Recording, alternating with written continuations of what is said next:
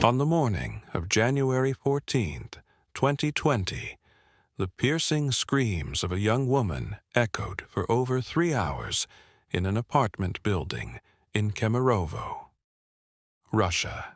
Neighbors frantically called the police, but no one arrived.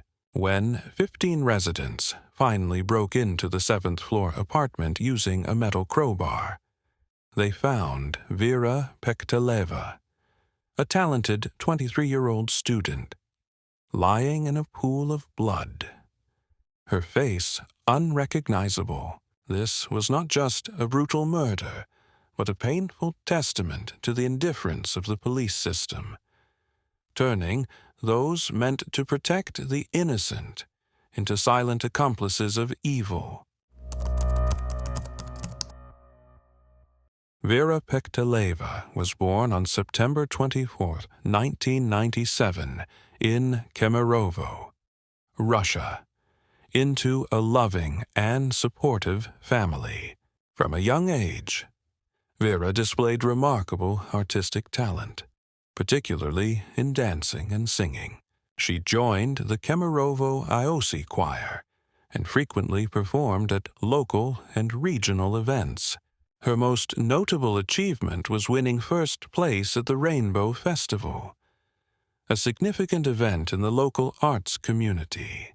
This accomplishment brought pride not only to Vera, but also to her parents, who were overjoyed by their daughter's talents at Lom School. Vera excelled academically, showcasing her dedication and intelligence. However, when it came time to choose a career path, she made a decision that surprised her mother, Oksana. Instead of pursuing a degree in culture to nurture her artistic talents, as her mother had hoped, Vera applied to Kubas State Technical University in Kemerovo, majoring in economic security. This choice reflected a deeper aspect of Vera's character.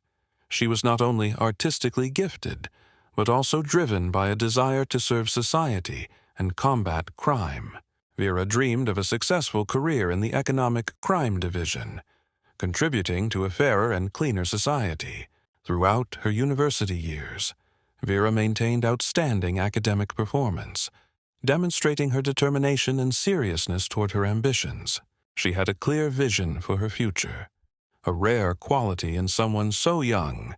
Despite her parents' divorce when she was young, Vera maintained warm relationships with both sides of her family. With her father, Eugene, she stayed in regular contact, often visiting his new family and joining them on vacations. This showed her maturity and generosity. Vera was fortunate to have 2 exemplary families where mutual respect prevailed, and everyone supported her in her decisions. Her parents not only loved her, but also had concrete plans to support her future, including helping her buy an apartment and find good job opportunities. Vladislav Kanas entered Vera's life as a friend from a shared social circle, initially charming her with his handsome appearance, cheerful demeanor, and polite behavior.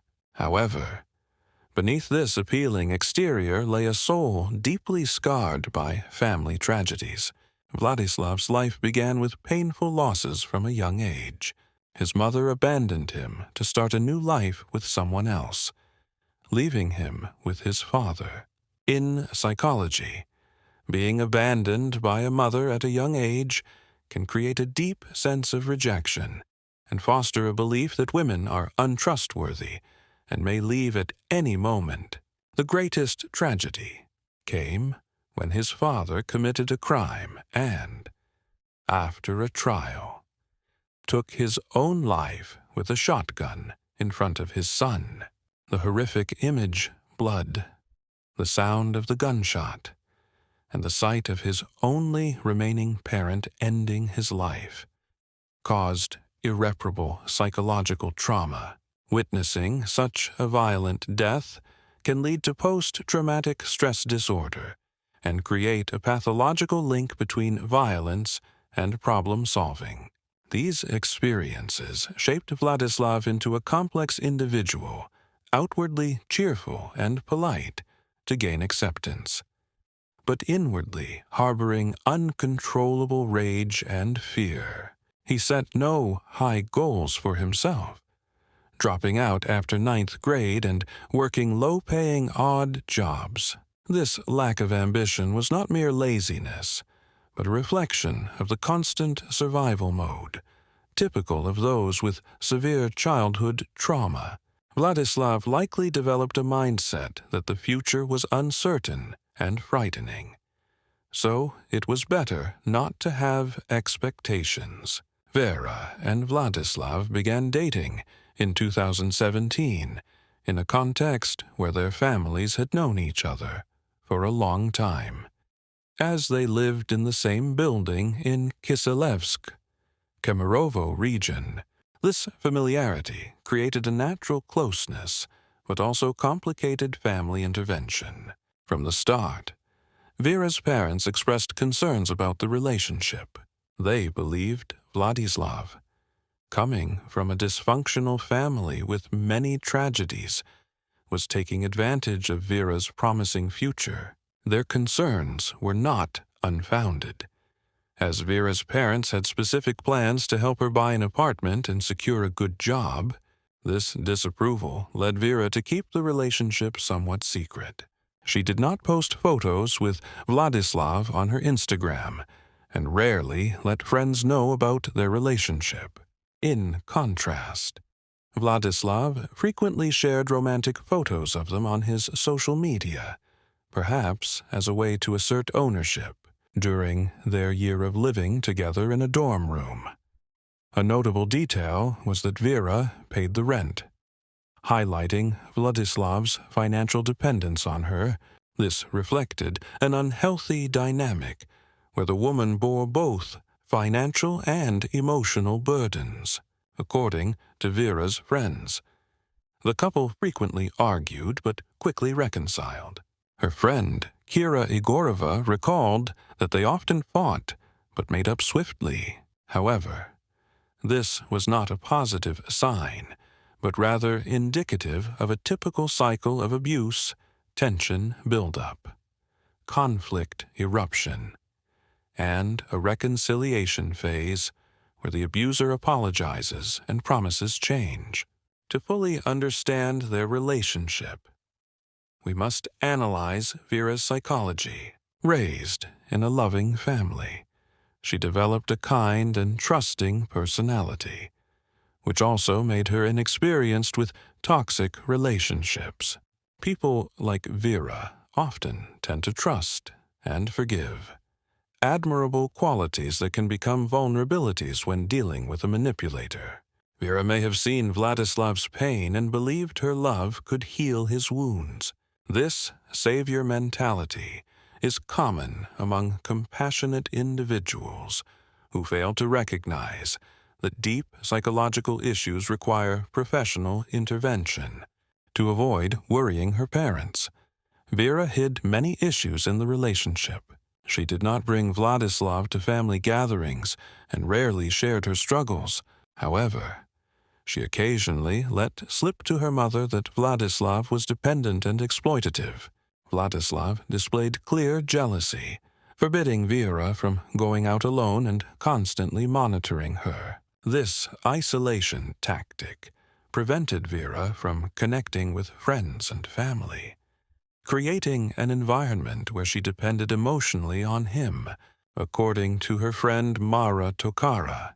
While Vera rarely complained, she recently admitted that their arguments had escalated, sometimes turning violent, a dangerous sign that the relationship was progressing from psychological control to physical abuse. The turning point came in November 2019, when Vera told her mother she had broken up with Vladislav. Oksana breathed a sigh of relief. Believing her daughter had finally recognized Vladislav's manipulation, this decision showed Vera's painful awakening. She likely realized she was sacrificing too much her finances, time, personal dreams, and family relationships. For an intelligent and ambitious young woman like Vera, acknowledging she was being used must have been a profound shock. However, this breakup also ignited Vladislav's rage. For someone with childhood abandonment trauma, being left by a partner could trigger years of suppressed pain and anger. On January 13, 2020, Vera went to Vladislav's apartment at 28 Leningradsky Prospect to collect her belongings and formally end the relationship. At 23, Vera was mature enough to realize the relationship was not bringing her happiness and needed to end. Vladislav, as if preparing for a final meeting, had set up a romantic dinner with a beautifully decorated table. Perhaps, in his mind, this was a last attempt to win Vera back, or at least create a beautiful end to their relationship. They began talking and drinking together. Vera, cautious by nature, drank little, while Vladislav consumed more. Alcohol likely intensified the negative emotions he felt about the breakup. The conversation started calmly, but soon turned into an argument. Vladislav began shouting and accusing Vera of infidelity, using vulgar language to berate her. During the tension, Vera sent voice messages to friends to update them on the situation, perhaps seeking support or ensuring someone knew her whereabouts. However, Vladislav used Vera's phone to message her friends, telling them not to wait or come, so he could handle it himself. This action suggests premeditation and a desire to prevent interference in what was to come. According to Vladislav's later testimony, he suggested they reconcile and claimed he knew Vera was seeing someone else. When Vera allegedly insulted and hit him, at least 5 kicks to the groin and 8 slaps to the face. According to his account, he became enraged when she denied cheating. However, this is Vladislav's one-sided narrative, and he likely exaggerated or fabricated details to justify his subsequent brutality. Blaming the victim is a common tactic among abusers to alleviate guilt. Notably, before Vera arrived, Vladislav called his brother, stating he would kill her. His brother came to the apartment, but found the door locked and could only hear a woman's screams from inside. This indicates Vladislav had premeditated intentions and announced them, yet no one could stop the tragedy. From the night of January 13 to the early morning of January 14, 2020, Vladislav prevented Vera from leaving and subjected her to hours of brutal beating. His violence was not a momentary outburst, but a systematic, prolonged torture. Vladislav used his hands, feet, and heavy objects to beat Vera. He then stabbed her with a knife.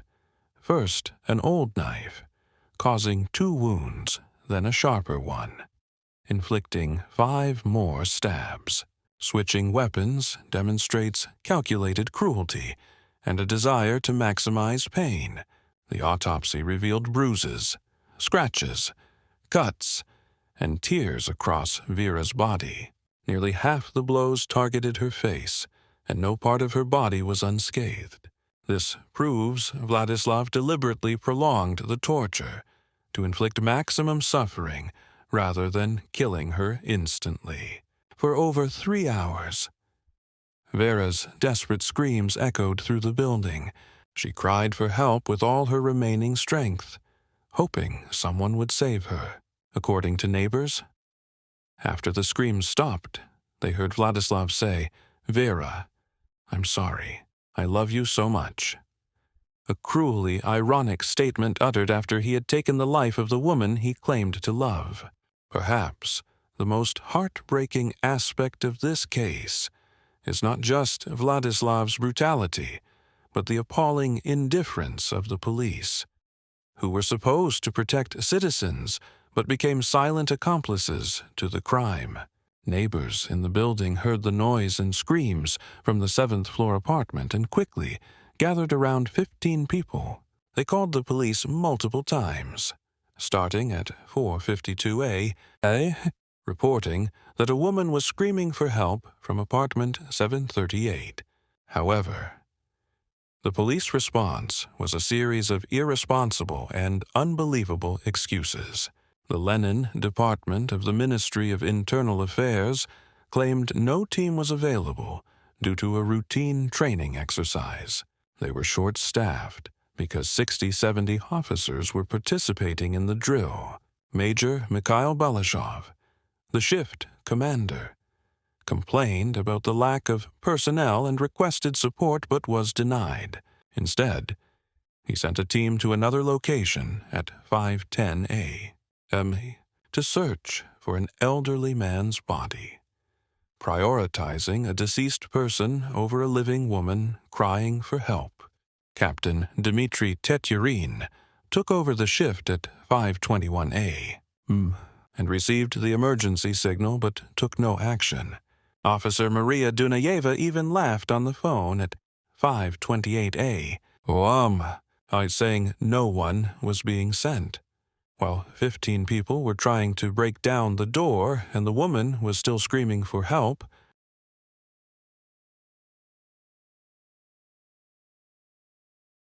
traffic police refused to intervene, claiming it was not their responsibility. Some police cars were out of fuel, others had flat tires, excuses that sound like cruel jokes when a life was at stake. For over an hour of emergency calls, dispatchers heard screams in the background but still sent no assistance. They assured callers that a team was on the way, but this was untrue. Only after neighbors broke down the door with a crowbar at 635A and found Vera dead did they call again to report a death. At this point, the police arrived within 15 minutes, far too late to save a precious life. The police later offered flimsy excuses the investigation team was elsewhere checking another man's body. Cars ran out of fuel at 3A, and the signal only came after 4A. These excuses could not hide the fact that they were utterly indifferent to a citizen's life. When the police finally arrived at the scene, they faced a horrifying sight. Vera was found lying in a pool of blood in the living room, her face so disfigured it was barely recognizable. The apartment was in disarray, indicating a violent struggle. Vladislav was found in the bathroom, still holding the knife and talking to himself. Notably, he made no attempt to flee and remained at the scene. When the police arrived, he surrendered calmly, as if prepared for the consequences. Investigators began meticulously documenting the scene. They found bloodstains throughout the apartment, not confined to one area but spread widely, indicating the victim had tried to move or escape but failed. Blood splattered on the walls and floor told the story of a prolonged and brutal torture. The autopsy revealed the full extent of the cruelty. Vera had 7 stab wounds, 2 from the old knife and 5 from the sharper one, along with countless other injuries across her body. The switch and weapons showed calculated intent to inflict greater pain.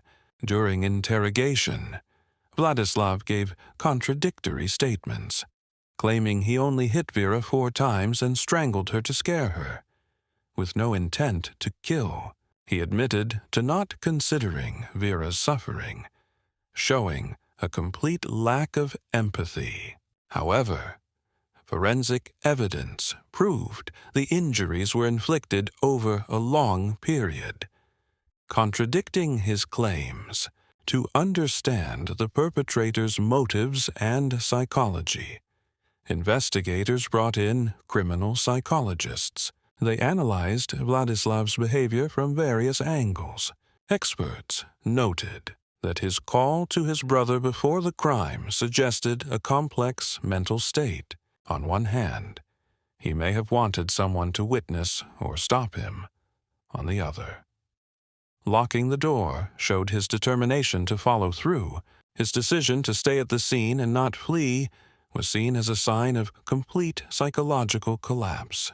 Talking to himself in the bathroom may indicate dissociation, a psychological defense mechanism when the brain cannot process what has happened. Investigators collected substantial physical evidence from the scene, including the murder weapon, a wire used to strangle the victim, broken objects from the struggle, and numerous biological traces.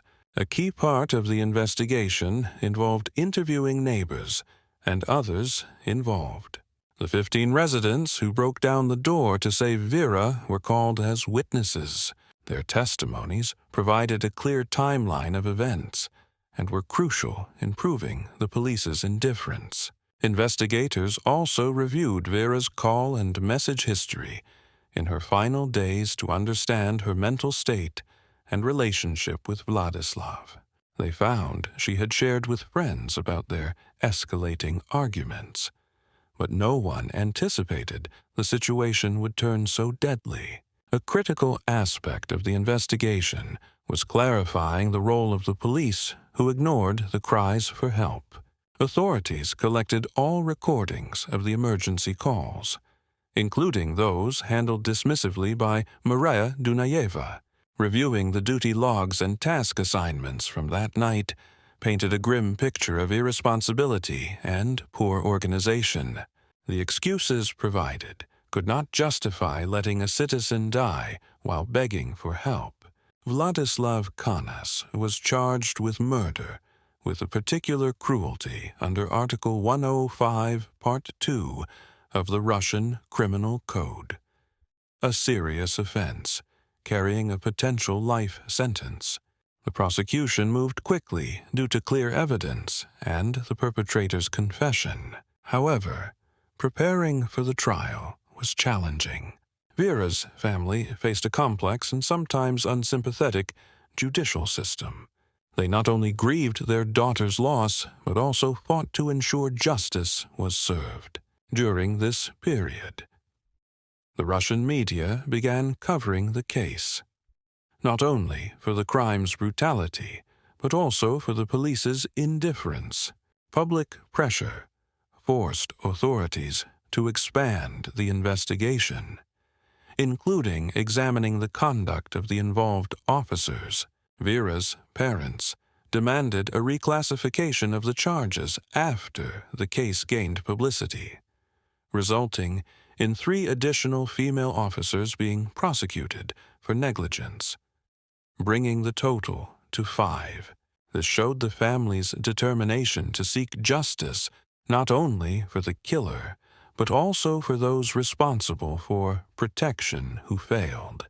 The trial began in February 2021, drawing significant public and media attention.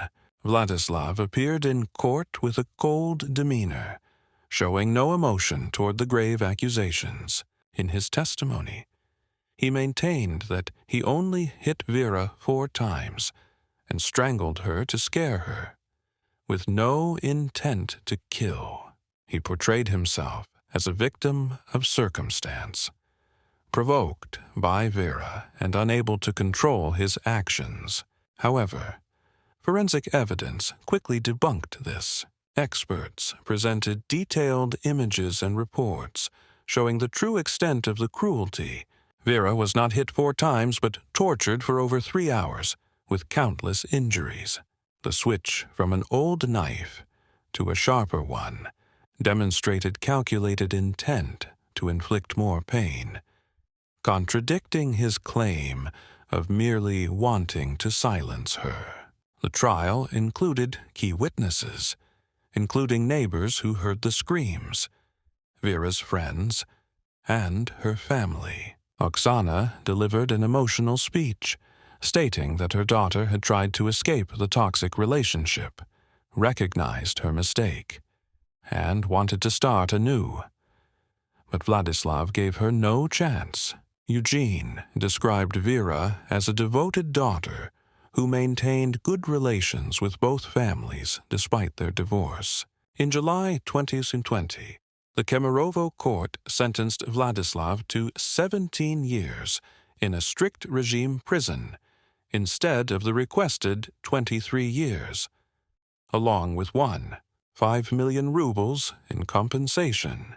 The court reclassified the charge from particular cruelty to a lesser offense without explanation.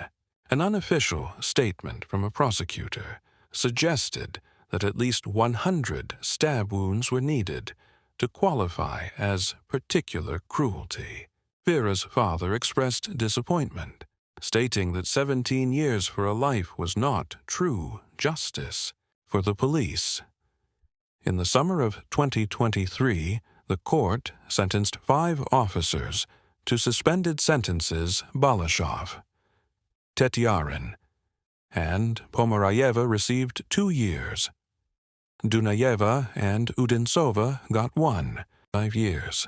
They were ordered to pay 700,000 rubles in compensation instead of the requested 10 million. The most tragic part of this story is perhaps its conclusion. In 2023, Vladislav Kanas was reportedly pardoned, and Vera's mother saw photos of him in military uniform on social media. According to the Federal Prison Service, Vladislav was sent to a GSU unit in Rostov in April and may have signed a military contract. He was expected to be freed by autumn under a presidential pardon program. Vladislav received a full pardon, had his remaining sentence waived, and his criminal record expunged. Compensation payments were also suspended during his military service, as per legal provisions. Under current law, Vladislav is considered to be atoning with blood through participation in special military operations in Ukraine. This means the killer was forgiven by society and given a chance to start anew, while his victim never got that opportunity. Meanwhile, the involved police officers served no prison time and continued their lives. It remains unclear whether they felt any remorse for letting a young woman die when they could have saved her. The case of Vera Pekteleva sent shockwaves through Russian society, highlighting issues of police indifference, domestic violence, and the dangers of jealousy. It was added to the list of notable domestic violence crimes. But is that enough to prevent similar tragedies? Vera's funeral was a heartbreaking scene. Makeup artists worked for hours to conceal the wounds on her face, and she was dressed in a gown covering her neck to hide the marks of brutality. This case underscores that indifference can be as grave a crime as direct violence. Fear of intervention or complete apathy can lead to irreversible tragedies. Vera's story is a warning about the growing issue of domestic violence, showing the need for stricter punishments and better support systems for victims. Ultimately, this case leaves a painful question. Was justice truly served when the killer was pardoned after just a few years? While the victim never got a chance to live again, Vera Pekteleva died at 23 with unfulfilled dreams, and her story will forever remind us of the cost of society's indifference to others' suffering.